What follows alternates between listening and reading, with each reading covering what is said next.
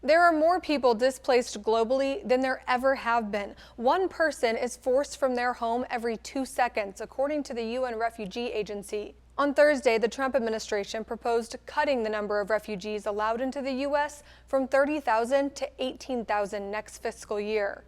The administration says its focus should be on resolving problems at the source, focusing on foreign relations to prevent displacement.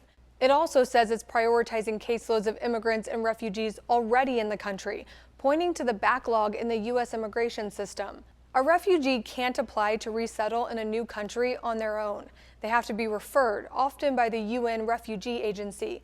The referring agency selects the most vulnerable refugees who aren't safe in their home country or a neighboring country and vets them to make sure they haven't committed a serious crime.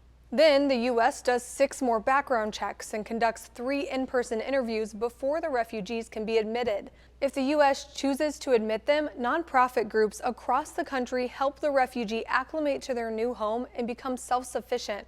Newsy's Leanne Lowry spoke to City of Refuge in Columbia, Missouri about that process. Initially, it is a difficult transition because you're getting set down into this place where you may not know anybody.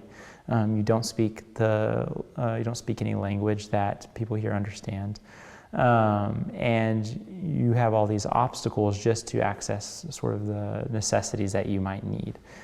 So our goal is to hopefully be a bridge that can help ease the transition for new refugees and make it a place where they can feel like they belong, where they can start a home here. The number of refugees allowed into the U.S. every year has declined drastically since President Donald Trump took office. In President Obama's final year, he set the ceiling at 110,000. President Trump slashed the cap to 45,000, then to 30,000, and now this proposal nearly cuts it in half again. With less refugees coming in, we have been able to focus more, or had to focus more, on refugees who have been here for a while or relocated refugees from other cities.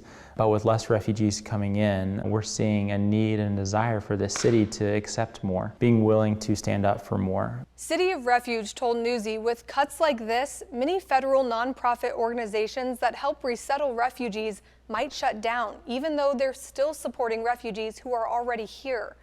That could increase the pressure on non-federal organizations like City of Refuge. I know there are reasons, for better or for worse, for this policy. I believe that as an organization, as a community, and as a country who was founded by people seeking refuge, is a privilege and a right to care for those who are just looking for a home.